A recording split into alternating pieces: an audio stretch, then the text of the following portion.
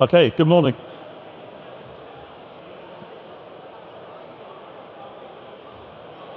So we're going to talk about asphalt preservation, a bit about what the process is, benefits of the process. I'd like to get into discussions perhaps about why it's not perhaps being used as much and as widely as it should be in the future. So velocity, we're just standing over there, stone 58, so I don't cover anything, please come and see me afterwards. We're focusing on the areas in the green and the amber road condition on the carriageway network. This is all about trying to maintain that asset and prevent potholes, deterioration, flooding. The best way to do, cheapest way, most cost-effective way, is to maintain what you've already got on your road network. You've invested heavily in it in the past. It's all about trying to maintain and maximise your investment. A bit of context, we are in an environmental crisis. Many authorities have called a climate crisis. So it's trying to do things differently and look at how we can save carbon. A picture there is just showing resurfacing, the time it takes, the machinery it takes, and the disruption it causes. Is there a different way of doing it too? So this example, to lay 14,000 square meters of new carriageway, you're looking at large volume of material, large volume of machinery, and hence a lot of disruption. Velocity preservation, it involves a sweeper, and it involves a tanker. Those are the only equipment you do. And we could do up to 30,000 square meters in a single shift as well. There's been a lot of talk about bitumen prices over the last few years and the supply, not just the supply, but the quality of supply as well. I think we've all noticed as we use different bitumen suppliers, there's a different quality as well. So to do those 14,000 square meters, we need that amount of tonnage of bitumen. To do asphalt preservation, again, we're using a lot less bitumen. So looking at the carbon statistics, looking about the raw material production, it's very energy consuming to manufacture bitumen, to manufacture and produce single size aggregates. Again, it's very expensive. There's a lot of waste from producing aggregates. Haulage to site as well. We saw that slide before, the amount of vehicles used, haul material around, the manufacturing, the storage, and the actual application are all very energy consuming, whereas asphalt preservation takes all those out. So looking at some stats, these are published figures, EPR figures. Asphalt preservation sits there at the very bottom, half the amount of carbon surface dressing, and then progressively going up as other treatment types. But it's not just this, it's looking at the whole life cost cycle of the whole process as well, and that carriageway. Obviously, there will always be a need at some point to resurface the carriageway, put that structural effect back in. There will always be a need to improve the scrim of a carriageway, meaning it must use another treatment. So these things are relevant. So carriageways deteriorate for a variety of reasons, but one of the main ones is oxidization. Basically, the carriageway is losing its life, it starts to become brittle, you start to get aggregate loss, and that's when you need to start looking at the treatments. Getting in at the right time will really determine when you want to and what type of treatment you do. Air voids are caused, and this is not always caused by age, it could be caused by the laying process, the compaction process, the type of materials you're using, the temperature, a whole host of things. But in essence, the carriageway is dying. So asphalt preservation is a spray penetrant process. It goes into the existing carriageway. It does not sit on top. It goes in. Those of us that have wooden fences at home, you would probably look to creosote them, well, not creosote anymore, sorry. You would look to preserve them. That's what we're doing here. We're looking to preserve the life of a carriageway. Whatever condition that carriageway is in, if you apply asphalt preservation, it will remain in that condition for up to 5 years. So that's what we're doing here, trying to keep it in that safe condition. It's been used in the UK since 2007. It's also been used extensively on airfield runways, where you need to look at a process where you can, the large jumbo jet Ds of half 11 at night, next one comes in at half past 6, you've got to maintain that carriageway. You cannot close Heathrow Airport a lot bit of time while you carry out resurfacing. There needs to be a way of doing that and prolonging that life of that carriageway at minimum cost. It can be used at night. We have a solvent-based product. So again, minimising disruption, closing the road at night. You can go on there, 30,000 square metres, replenish the white lines, off we go the next morning. It's one single machine. It's based on a combi sprayer, but again, it's a solvent-based product, so it needs to be ADR compliant.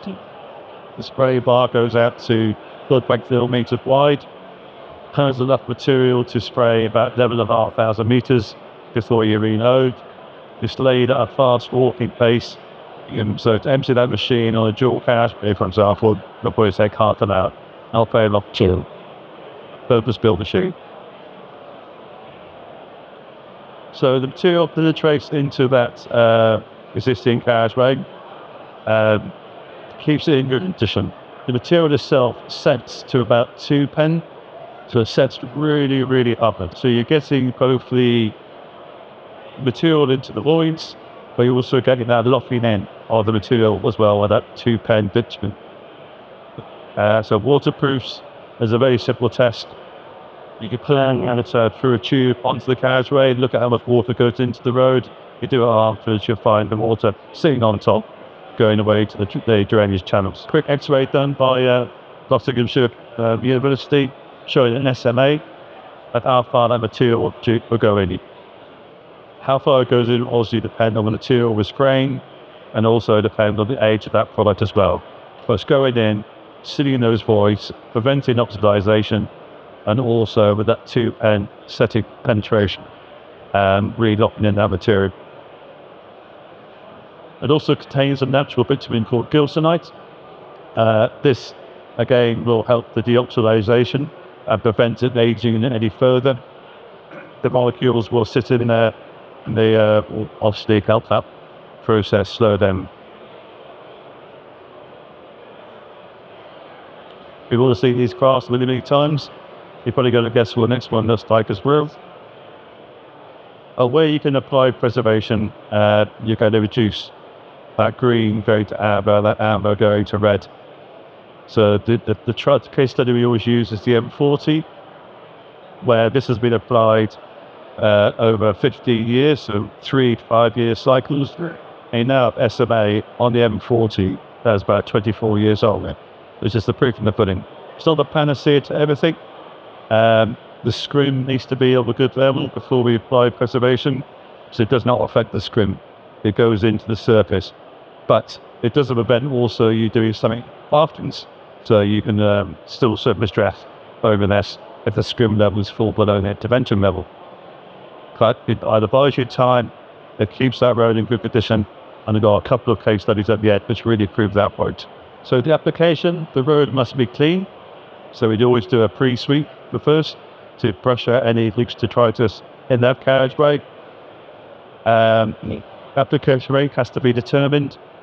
It's normally around 0.45 on most local roads, but the very dense material will be 0.3. If it's very porous material, we go up to 0.6. That'll be determined as part of the site inspection. Provide by the combi sprayer, quite fast walking pace. It's fast and quick and easy to apply. It's got a rapid dry curing time. Last week we did some work in Lincolnshire, and it was dry in about 20 to 30 minutes. Just left too late in the season. I mean, working perhaps in October when the dew point comes up, it can take up to 2 hours. So daily, where we're planning the works, if we're looking to put the white lines back in the same shift, we need to make sure we allow enough time for the curing before we put the white lines back down again. Although it does penetrate in, it does put film on top, so we do apply a thin dust on top just to maintain skid resistance, and it helps the braze off the top of there, restoring the accurate texture that was there before. So it pushes a lot of buttons in terms of the well-maintained overlays. This is really what I'm trying to get to. Firstly, to understand why it's not being used higher. I totally understand when I'm trying to speak to customers. I'm asking you to spend your hard-earned cash or allocated cash on your roads that are in your best condition. When you've got other pressures on roads in your worst conditions, I understand that. But in terms of an estimate and keeping what you've got in good condition longer, cutting down on your maintenance costs, keeping the road in service condition, it needs to be managed. So whole life costing, absolutely. Keeping that resilient network, certainly we're hoping that's going to be picked up much more by national highways over the coming years. That is a case we're looking for, and the carbon savings are quite astronomical. So it's got those key benefits from the asset management point of view, but equally from an operational point of view, it's got some very, very key benefits which other processes do not have. B, we don't have to lift ironwork. We don't have to maintain the existing contours of our network, so the water, the drainage will work as it was before, and not raising covers. We're reducing demand on high PHP anchors, which will get very expensive, and keeps the same noise characteristics and a whole host of operational things, as well as the FMA things, which give this a lot of benefits. The roads we were doing in Lincolnshire became residential streets, and we were able to minimise the time we were in those streets, asking them to close those roads. Site selection is very important. Do you recognise this site? You do. So this is a perfect example. This is the junction 11 of the M4 going into Reading, A33 going the other way. It's a very busy network, and what options are there to do this road? You can't surface dress it. It's high stress. To resurface it, there's going to be cause chaos on the M4 into London, and could cause all the chaos into Reading as well. So preservation was the best approach to keep this in good condition and not have to do any other work with that. And again, it can be applied every 5 years. So site selection, very important. But we are looking for green roads, where there's not much patching needed in advance. If there's some cracks, okay, we could deal with the cracks. But it needs to be in good condition. And as I said before, the scrim must be above the intervention level. So what options would you have for a road of that sort, that network, that condition? What options would you have if that road starts to fail in the first place? A few local authorities have really picked up on it. East Sussex have done a big contract in the past. Dorset do an annual programme, and other local authorities are looking at it. Reading are going to do another big piece of work this year as well.